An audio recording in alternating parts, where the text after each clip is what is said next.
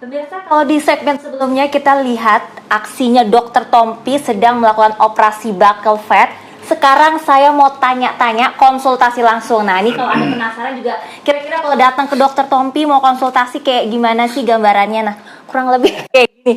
Dok, ini udah ada, ini breast implant ya dok ya? Ini breast implant, ini biasa buat alat peraga buat ngejelasin hidung, ini buat ngejelasin struktur-struktur tulang, gitu. Jadi tergantung case-nya sih. Aku kayaknya apa ya dok ya, hidung aku nih dok kayaknya kurang-kurang naik gitu dok, sama jidatnya ngerasanya tuh agak-agak jenong gitu dok. Udah. Ya ini memang kalau kalian lihat kan memang agak maju ya. Tapi kalau menurut saya sih oke sih.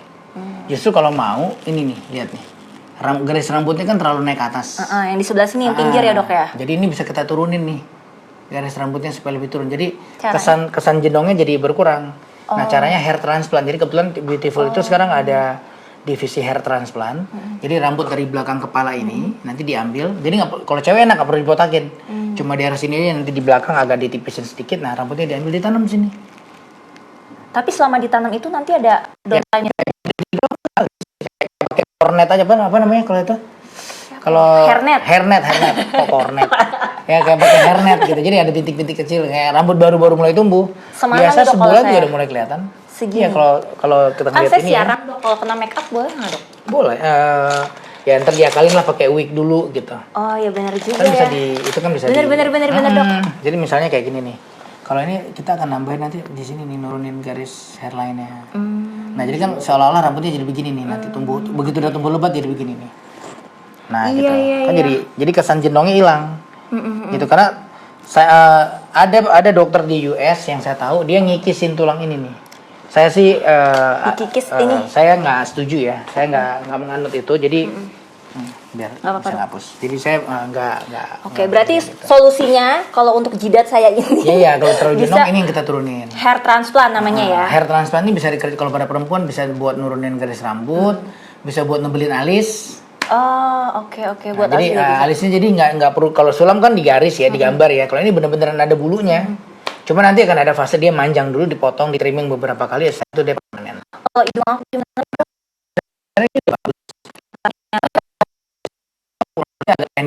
Ini kalau dipanjang ini mungkin lebih sebentar. Saya cari mana dia.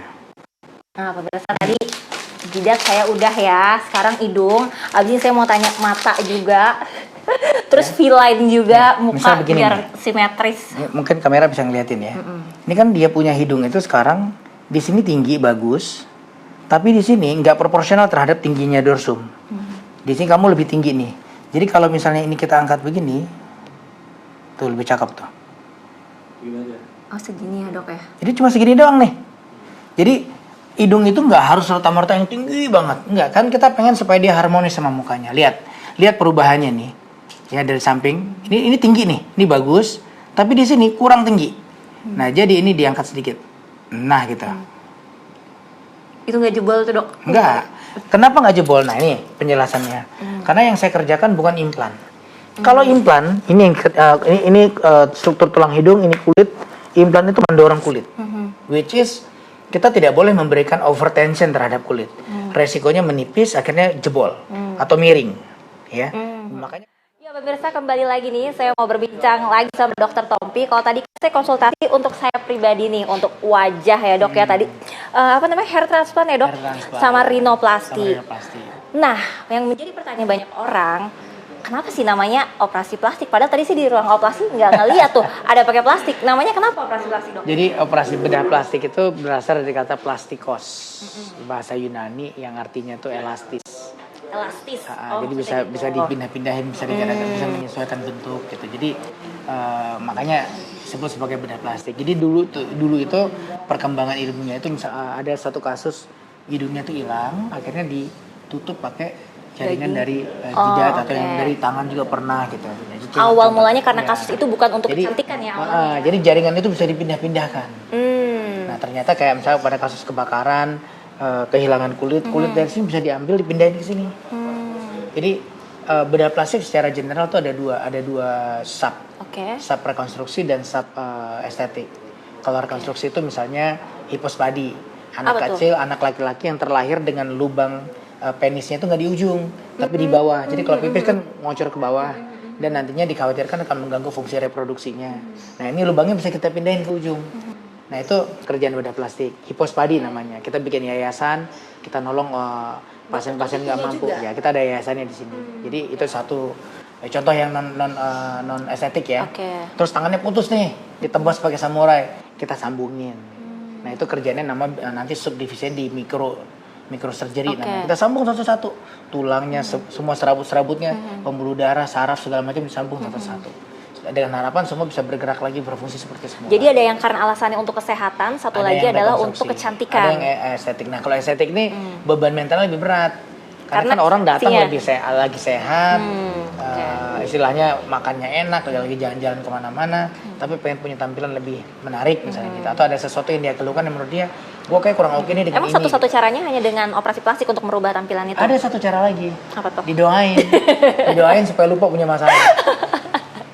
Terus Dok, misalnya nanti nih kalau ada misalnya gagal atau misalnya ada infeksi gitu, memungkinkan nggak sih Dok kejadian kayak gitu? Jadi prosedur apapun, baik itu bedah plastik, ortopedi, semua pembedahan lah ya, kita akan selalu, tidak ada dokter yang menjanjikan hasil. Dan there is no perfect surgeon. Nggak ada surgeon yang Anda boleh keliling seluruh dunia, tanya Anda pernah nggak punya mengalami komplikasi atau hasil yang tidak memuaskan. Kalau dia bilang saya nggak pernah, pasti bohong. Nggak mungkin. Ya. Jadi pasti akan ada selalu resiko itu selalu ada.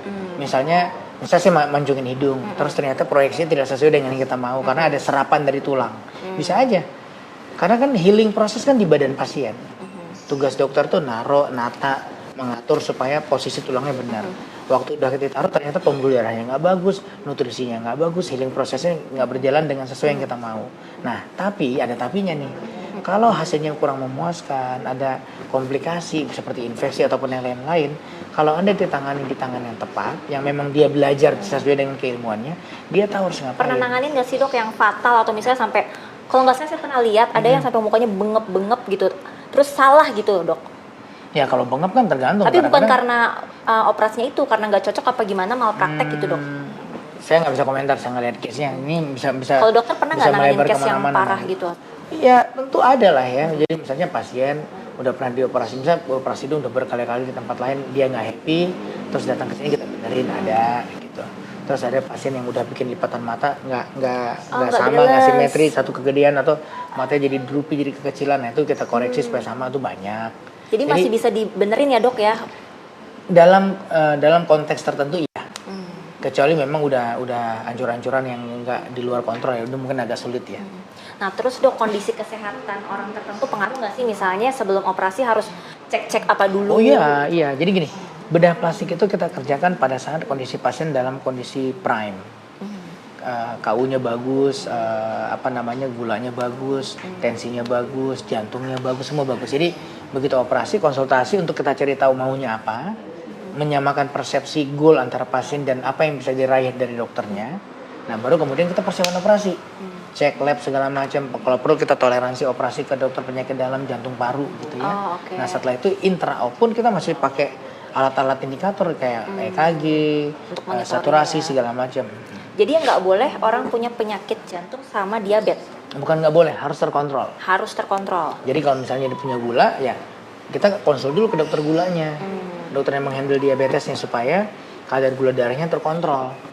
Kalau gula darah terkontrol kita bisa operasi. Tapi kalau misalnya gula darahnya lagi naik turun itu nggak boleh. Terus kalau dari segi usia Dok? Sorry. Misalnya ada usia berapa gitu nggak sih? Misalnya terlalu dini nih anak-anak nggak boleh. Nah tergantung prosedurnya. Kalau prosedur-prosedur yang berhubungan dengan pertumbuhan tulang wajah, ya idealnya kita menunggu pada saat proses tumbuh kembang tulang wajahnya udah selesai. Misal pengen operasi hidung nih ya, operasi hidung yang definitif biasanya kita kerjakan umur 17 tahun ke atas. 17 tahun ke atas ya, jadi ditunggu dulu yang belum 17 jadi tahun. Jadi kalau masih 12, masih 9 tahun ya tunggu dulu. Gitu. Mau oplos nanti karena dulu ya deh ya. Bentuknya bisa berubah. Bener-bener. Kalau yang paling tua Dok, misalnya kan banyak nih sekarang yang pengen remaja lagi kayak 30 tahun. Itu nggak ada patokannya, selama KU-nya bagus, kondisi umumnya bagus, darahnya terkontrol, jantung parunya bagus, semuanya bagus, bisa dikerjakan umur berapapun. Mau umur 300 tahun pun asal semuanya baik-baik aja bisa dikerjain. Terus ada dampak jangka panjang nggak Dok? Misalnya nih kan ada tulang iga atau benda asing, implan gitu. Misalnya setelah sekian tahun Ada perubahan nggak atau implan di payudara gitu nanti akan turun menyusut atau bisa pecah apa gimana gitu? Saya misalnya ambil case implan payudara ya. Pada saat payudaranya masih kecil, payudara itu nggak akan punya resiko untuk sagging turun. Karena nggak ada beban. Kulit masih kuat menahan payudara yang ukurannya kecil. Setelah diimplan kan jadi berat tuh. Atau pada kasus wanita dengan payudara yang relatif besar, terus malas pakai bra. Kan biasa perempuan malas pakai bra di rumah. Iya benar sih, kalau Ya kan? tidur sih dok. Kalau di rumah nggak cuma tidur, kalau udah di rumah buka semua pakai baju doang. Ya. Iya. Nah biasanya begitu. Nah kalau payudara Anda besar, artinya apa? Beban kulit yang akan nahan. Sehingga kalau Anda malas pakai bra atau malas pakai baju yang menopang, pasti akan turun. Jadi nggak ada orang payudaranya besar nggak turun, pasti turun. Gitu. Jadi mau diimplan mau enggak, ya kalau besar ya harus ditopang gitu. Terus kalau untuk kesehatan, misalnya kulit yang udah ditarik nih, misalnya facelift gitu, ada dampak negatifnya nggak? Apa hanya dampak cantik aja? Dampak negatifnya biasa sombong ya. Jadi setelah cakep jadi agak sombongan biasanya. Biasanya gitu ya dok? Jadi nggak mau ngumpul sama yang masih jelek gitu. Aduh, jangan gitu lah. Terus nih dok, kalau sekarang banyak kayak Titi DJ, terus boleh sebut merek nggak sih? Artis-artis Ya lah. kan mereka udah yang udah go public, saya rasa ya disebut nggak masalah ya.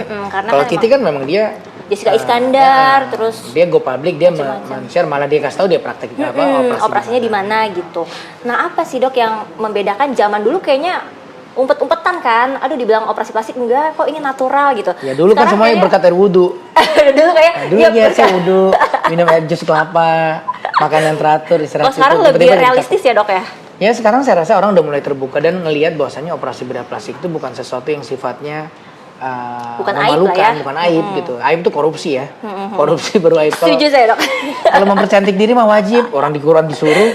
Emang iya? Ya suami itu disuruh percantik istrimu. Iya caranya gimana ya pokoknya mempercantik. Nah, kadang-kadang suka ada katanya kan merubah bentuk. Nah, ini menarik, asli, ini gitu. menarik untuk dibahas ya.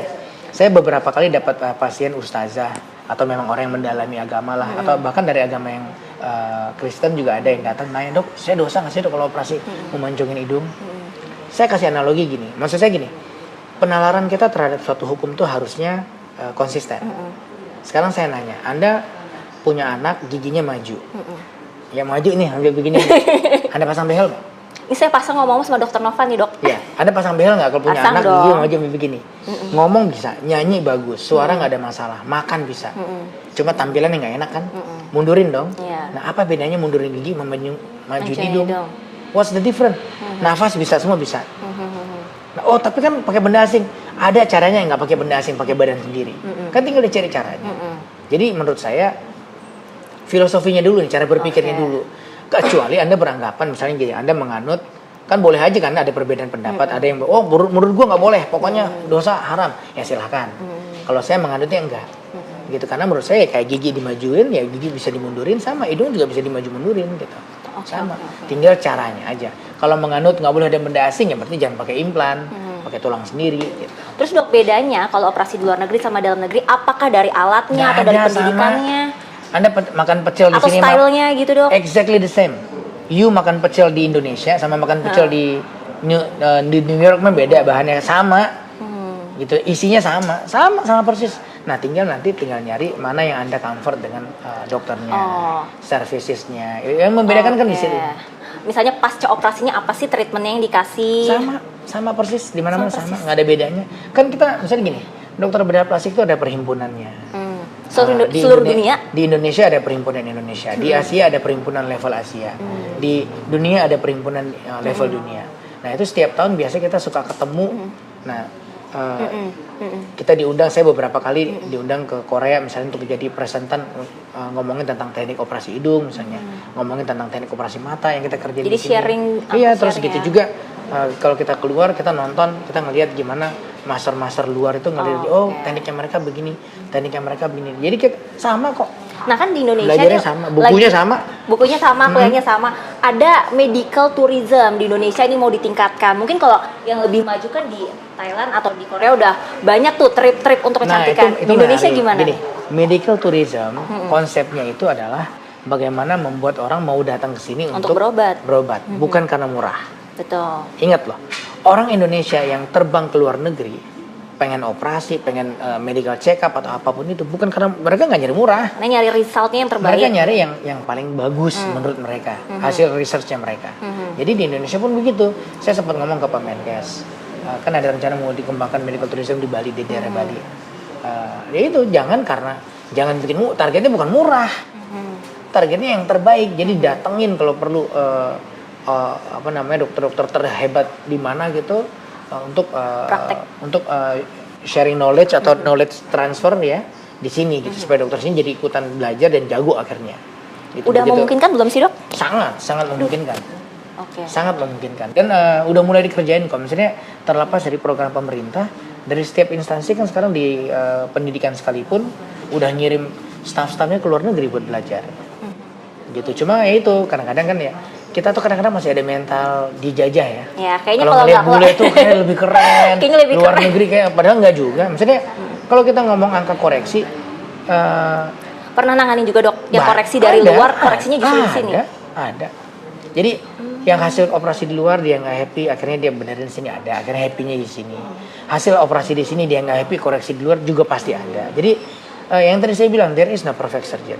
Dan estetik ini masalah apa ya? Ada di luar urusan teknis, ada urusan selera. Nah itu dia dok. Kadang ngelihat resultnya kan. Anda beli baju ini karena menurut Anda keren kan?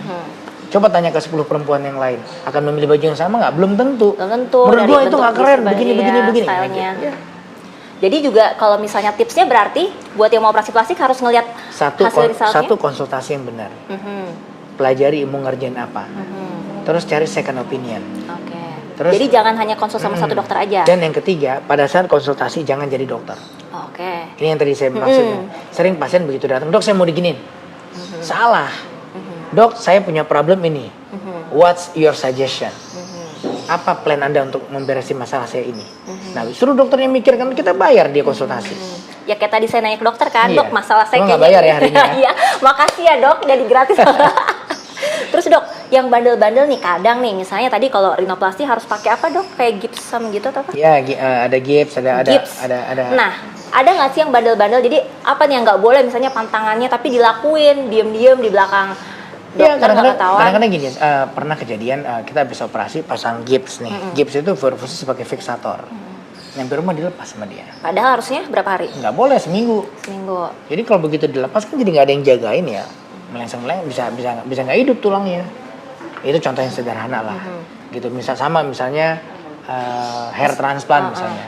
Habis ditanemin, terus dia langsung yang pakai shampoo sendiri digosok-gosok ya rontok lah semuanya. Jadi ada cara nyucinya gitu. Jadi itu contoh-contoh simpel lah. Jadi setiap tindakan pasti ada suggestion-nya beda-beda ya. Beda-beda. Tapi mostly kayak operasi mata, tummy tuck segala macam kita bisa mandi kok. Bisa cuci tummy tuck muka. itu yang buat ini lemak buat di ngencengin perut. Nah. Tummy tuck tuh ngencengin otot dan ngebuang kulit yang berlebihan. Oke. Kalau buat sekedar nipisin tuh namanya liposuction. Baik, Dokter Tompi makasih banyak nih udah sharing-sharing semuanya. Kayaknya dari A to Z-nya udah kita tanyain sama Dokter Tompi. Nah buat pemirsa yang tertarik atau pengen tahu lebih dalam tentang operasi plastik bisa konsultasikan dulu ke dokter ya seperti saran Dokter Tompi. Cari dokter yang terdekat. Cari dokter terdekat, bukan terbaik apa terdekat ini? Terdekat dan terbaik. Oke. Jadi nggak harus. Jadi gini, mindsetnya tuh tidak harus datang ke misalnya mentang-mentang sekarang saya ngobrol, harus ke Dokter Tompi, nggak harus. Oke. Cari yang terdekat karena kan operasi itu kan ada post-op-nya, kontrol segala macam. Cari konsultasi dulu. Oh, Anda nggak serak, Anda nggak nyaman, cari yang lain. Oke. Tapi kalau bisa ada yang paling dekat yang bagus, why not? Oke. Itu tadi ya tipsnya dari Dokter Tompi. Terima kasih kembali ke Anda Vena dan juga Ken di studio. Terima kasih Prima Alvernia dan juga Dokter Tompi atas bincang-bincang serunya. Luar Vena, biasa, kira-kira kalau seru ditanya sekali. ada yang mau dirubah, apa yang dirubah? Alhamdulillah nampaknya belum ada sih Ken. Oke. Masih mensyukuri apa yang saya punya sini. Kalau Ken apa yang mau dirubah nih Yang kira-kira? dirubah kalau saya mindset dan cara pandang Oh, dulu, mindset. ya kan? Kalau rezeki mau diubah? Rezeki itu kan tergantung usaha Tergantung ya. usaha. Jadi Kita kita, harus usaha dulu ya, produktif. Ken, ya. Kan semuanya butuh usaha. Operasi plastik aja butuh usaha, konsultasi dulu ke dokter ya kan.